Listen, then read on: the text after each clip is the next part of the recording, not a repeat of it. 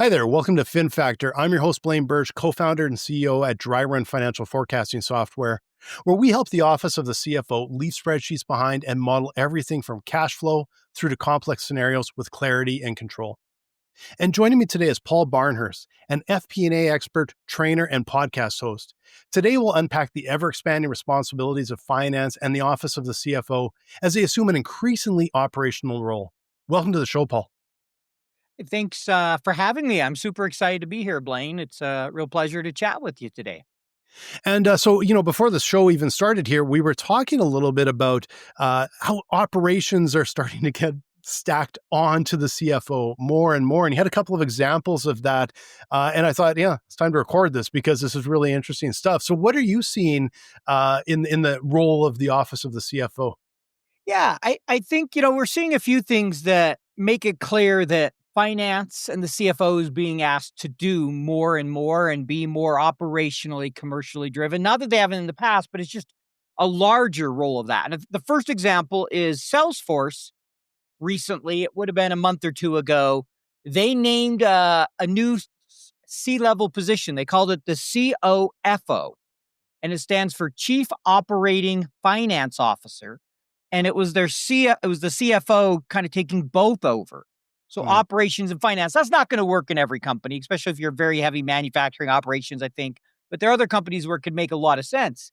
And so that's one example where you're seeing that increase in operations. In small companies, it's becoming more and more common to see that CFO and COO title. Mm-hmm. You look at what people want in their data and their tools, they want to be able to see the operational data, right? It's crucial to what finance is doing. So that's kind of the first example that leads me to go, okay, we're starting to see again a little bit of an expanding role of the CFO. Not that they haven't done it in the past, but just in different ways and continuing to grow. I'm curious because, I'll be honest with you, I have noticed that on LinkedIn more than once, and I never really clicked till you mentioned it. CFO and COO, or COO and CFO, and I just kind of interesting. Now I'm curious, what is the what do you think sort of has started that, or I guess just that it's created this pressure on businesses to kind of get the CFO just more tied into operations? Is that something to do with kind of the environment out there or technology, or what are you seeing? Yeah, I mean, I think technology plays a role. I think, the environment. I also think as we become more and more data driven, finance is really in many ways that nervous system of the company in that, especially FP&A, in that they're expected to work with everybody, kind of be that early warning signal, see what's going on. And you can't do that from just a financial perspective. Yeah. I cannot be a good business partner and only bring finances to the meeting. I got to understand how that relates to the operation. What are those operational metrics and KPIs?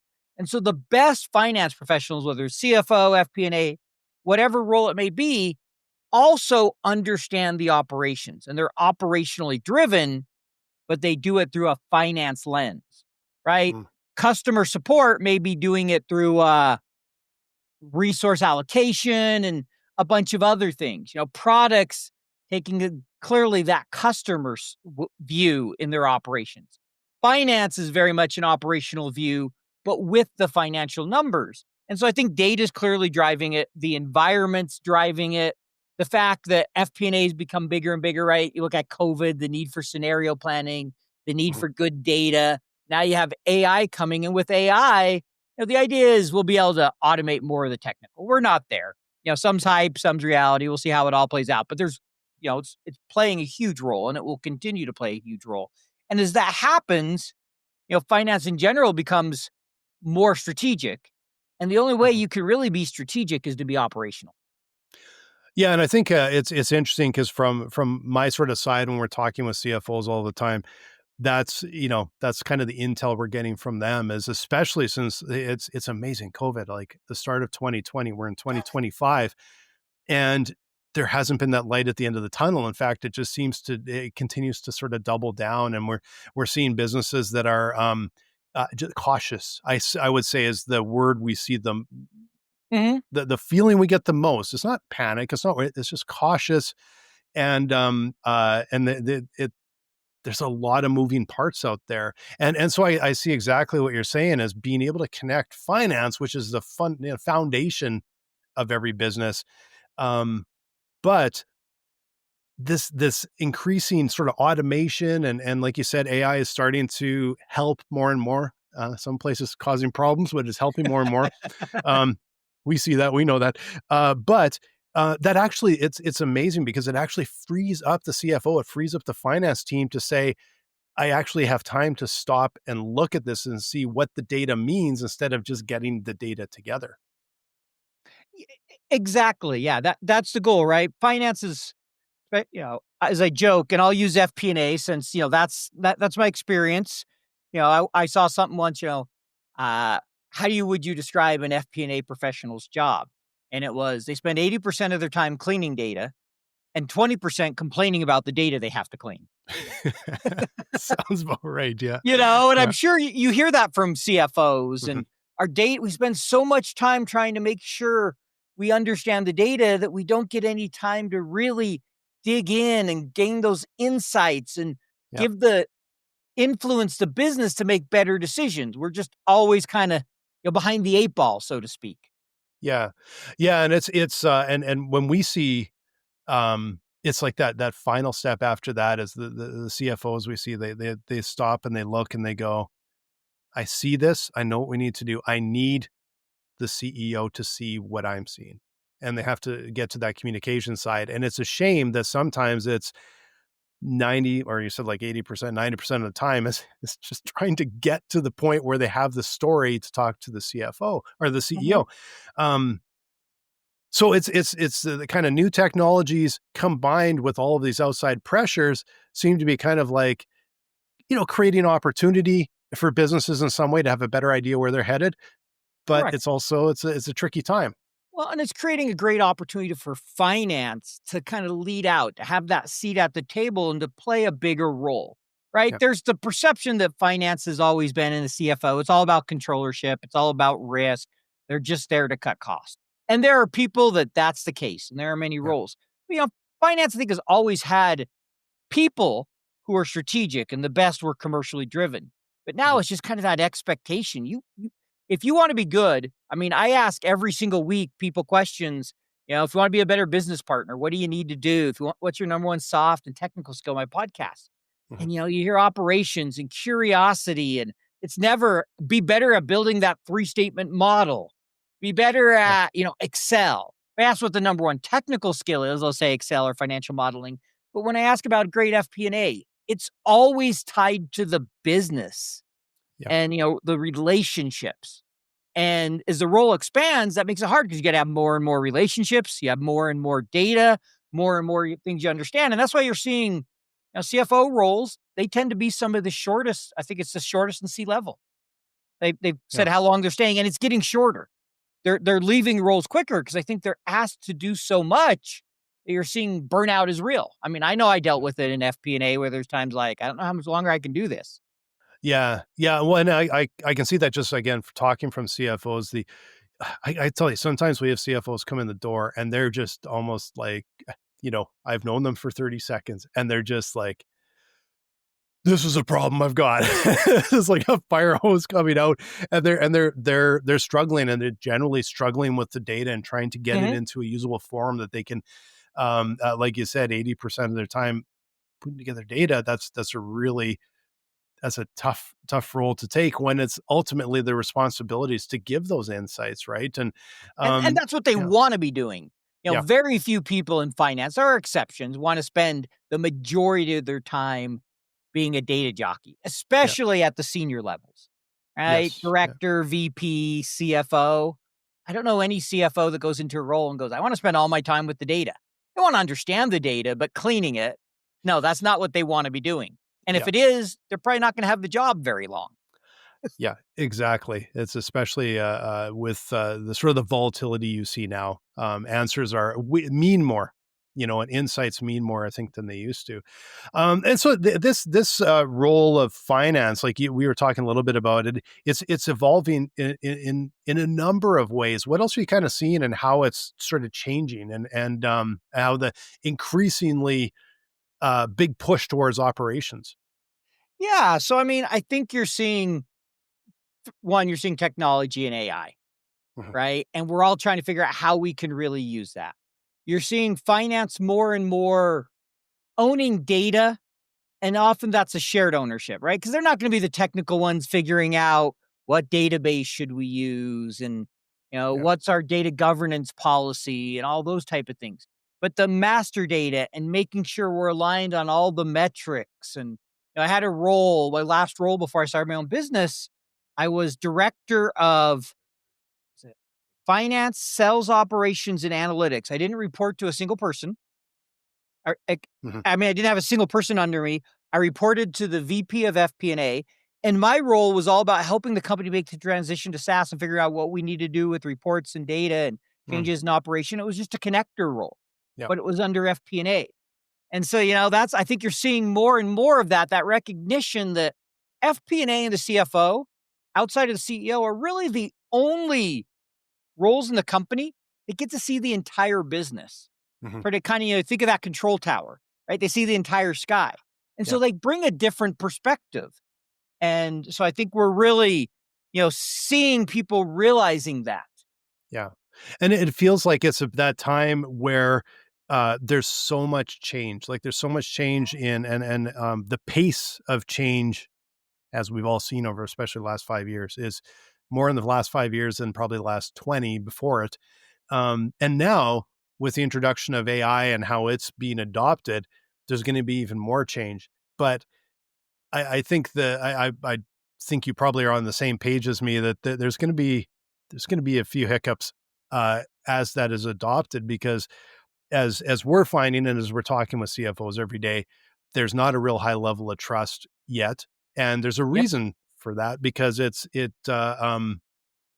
sometimes it's not very trustworthy.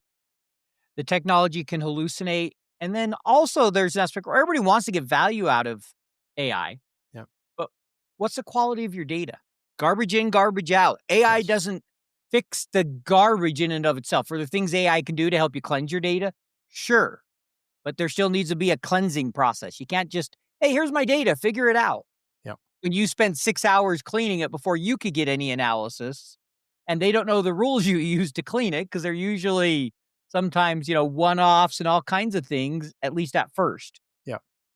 Yeah, and you can see the I guess almost like specialization of AI, and it is heading in the right direction really quite Mhm. rapidly.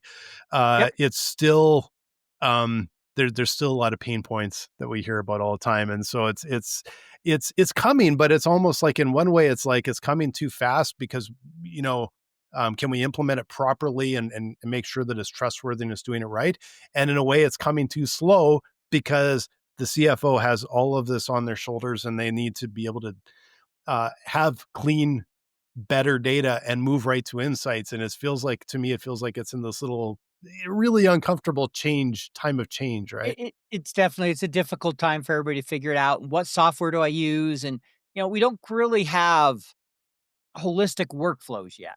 Yes, Mhm. everybody says they have their agents, and many of them are just kind of procedure rules and different things, but they're not. It's not really there across the company.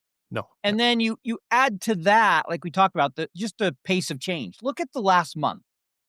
We just had bombings in the Middle East. We've had tariffs back and forth. Mhm. This year we've had dictators overthrown in multiple countries. Just a ton of change politically, economically, regulatory Mhm. that just keeps driving. Even just look, interest rates and the U.S. Treasury getting downgraded again. I Yeah. think every major agency has downgraded them one. All those things just put more and more pressure, more risk, more change that a CFO is trying to make sure they manage financially. Yes. Yeah. And, I just sort of want to sort of bring this up now. When do you think it will start, or do you see something on the horizon where it'll start to sort of settle down and businesses will get a little bit of more of that confidence back and they won't be like almost like frozen, just wait. Everyone's in a holding pattern right now. Um, I I think it's going to take a while. I think we have some leaders that are hard to predict. And it doesn't matter whether you agree with the leaders or not, but the more you have that, that creates more uncertainty, Mhm. which puts more people on hold. And Yes. I think when you have the more you have of people being unpredictable, the longer it's going to take to get to that certainty. So I'm not sure the answer. Yeah. We need some stability from a political, a government perspective, I think, from a stability. There's been a lot of instability in that area in my mind over the last year. Yes. Yeah, and the sense I get is, like, right now, it's like you said, it's this increasingly, important role in operations is because it's like we have to gotta run tight, we gotta run lean, we gotta be cautious, Mhm. and growth is not on a lot of businesses' radar right now, Yeah, and growth at any cost is long out the window now. It's long like gone. you gotta grow efficiently. If you can't grow efficiently, then shut down. That's exactly it. It's gotta be I actually had a it's just a little side note here, 'cause I actually had an invitation to be on a podcast, earlier today, and they were looking for, um, technology businesses that were rapidly scaling tech teams, and I thought, "I'm not sure you're gonna find one." Like, because same thing in our industry, it's like you're cautious OpenAI is and you're still scaling pretty fast, but I know what you mean. There's not a lot. yeah, and also the part of the question is, well, AI is actually starting to help and is starting to take on an increasing role. Still got to be cautious and everything else. Yeah. So just blindly scaling team is just not as common right now, right? I'll give a prime example. There was an FP&A software tool just raised $60 million as part of a Series B this year. And over the last year, without growing their team, they scaled revenue 300%. Still had under 100 employees. Yeah. And so that's an example of running efficient, finding ways to use AI, get more Yes. lean in your processes Yeah. and grow. And with that type of cash, if you're that efficient, you could do a lot more on the product and the marketing efficiently versus what we saw for a long time. Let's go through I don't want to just say a big party, but let's be a little fiscally irresponsible. We raised a bunch of money. Yeah. And bodies, just indiscriminately adding Yeah, bodies. just double the staff. We'll just throw bodies Yeah. at it. If we had more salespeople, we'll have more sales. Yeah. And Maybe. we saw I've that seen it didn't not did work. I was at a company where we had a guy who just wanted to add more and more sales. And we're like, yeah, you're getting 5% increase, 5% down, 10 up. We're not seeing anything consistent and our yeah. costs are up 40%. Like this Yes. isn't sustainable. Yes. It was, I think, fortunately, in a lot of ways, that model, um, is dead for now. We'll see if it rears its ugly head again. But it is, Just like everything, history repeats itself. It's a question history. of Yeah. whether we'll be around to see it or not. Yeah. And it's interesting, actually, when you make that connection, it's like that's probably why a lot of these businesses, there's been that culture shift in investment and inside businesses, especially innovation businesses. And there's probably that's why it's like, okay, it's we have to connect the CFO to the operations because it was like total disconnect, and it was often like a chief revenue officer that's like, well, let's just go, right? Or and it's changed a bit, and necessarily has had to change. So what? How do you sort of foresee this increasing change? How do what do you see coming down the road? How do CFOs better prepare to be able to take on a role that's probably going to be pushed on their shoulders, right? Well, I think it starts with one, finance professionals. I think it's really valuable to have had an operational role somewhere along in your career. I was fortunate enough to start. I actually wouldn't say necessarily operations, but I did some report writing. I supported our sales teams, a little bit of an operations role there before I went into FP&A. Before I worked in logistics. I think that's one thing. I think you're going to continue to see, which we've seen increase. More and more CFOs are going to have very strong FP&A experience. Historically, really strong controller. And not to Mhm. say controllers can't make great CFOs, and there's still plenty of them. But I've seen more and more people predicting, and Jack McCulloch, who runs CFO Leadership Council, said the majority of CFOs are going to come from FP&A. And I think he said by 2026 was his prediction. Mhm. And we've seen a substantial increase in that. And those are more operationally focused roles. So I think CFOs need to strategically think, how do I prepare myself to really understand the whole business, to be more operationally focused? Mhm. And then make sure you have a plan for the areas you're not strong. Like, okay, if you're not really strong in treasury, how are you going to address that? If you don't have a strong of the accounting experience, how are you going to address that?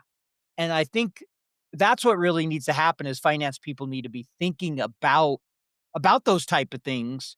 Because, most finance professionals that want to move up in their career and are really career motivated, good majority of them want to be a CFO at some point, right? Which Mhm. isn't surprising, pretty common. And if they want to, I think they need to start thinking more and more about those type of things.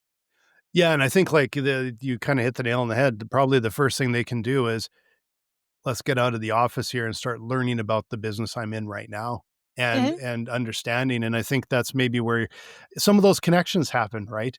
Talking with other people, getting some information from these other departments, from people in there, and figuring out how do all these different, making connections. How do these different things that don't necessarily connect? Because that's one thing I also think is going to be such a people task going forward. Is AI is good at going like, here's a bucket of data, show me some of this.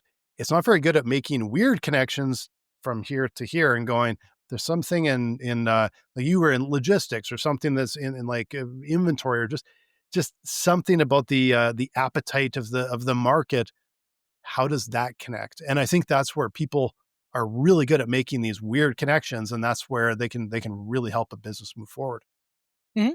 I'd agree with that. So, I wanted to ask you a little bit about like what are you doing today, and what like how can people get hold of you, and if they want to talk with you about some of the stuff. Yeah, I'm doing a little too much these days. Isn't that how it works when you're a founder? Always, always. I figured you would relate. So, start with I have 3 podcasts that I do today. I have FP&A tomorrow, Mhm. obviously all about financial planning and analysis. Shock, right? With the FP&A guy at. Then I have one called Financial Modelers Corner, a little more technical. We talk to financial modelers, but we talk a lot about the soft skill side of it as well. I do that every week. And then I have one I host with a gentleman by the name of Glenn Hopper, global expert in AI. We do AI and technology called Future Finance and where Hmm. we're going. So that's one thing. You can find me on Spotify, YouTube, Apple, wherever. In addition to that, I do training. I've worked with a Hmm. lot of large companies. I have courses on my website. People can reach out to me about corporate training. We customize things for your company. We have quite a few different offerings: finance, Excel, data visualization, all kinds of different courses. And then, in addition to that, one area I've been focusing a lot on is certifications. Hmm. There's a lot of them that come up in FP&A. I've done multiple of them. I've know all the major ones out there. I develop course content for many of them. And so now I'm starting to help people and share a lot about it. How do you decide, what FP&A certificate is right for Hmm. you? So if people go to my website, thefpnaguy.com, they'll see that. And so, they can find me on my website, on LinkedIn, and they can also join my community. I have a free community called thefpahub.com. All right, terrific. So, and I'll get all that down in the show notes so everyone can see that. Thanks for being on the show, Paul. I really appreciate it. And all of you out there, again, if you're a CFO and you're stuck in spreadsheets, your team is dealing with especially cash flow, especially scenario modeling, trying to figure out where the business is going, please come and visit us at dryrun.com. We're going to get you out of those spreadsheets, save you a ton of time, and give you visuals that the management team can understand at a glance. So, thanks again, Paul. I really appreciate it.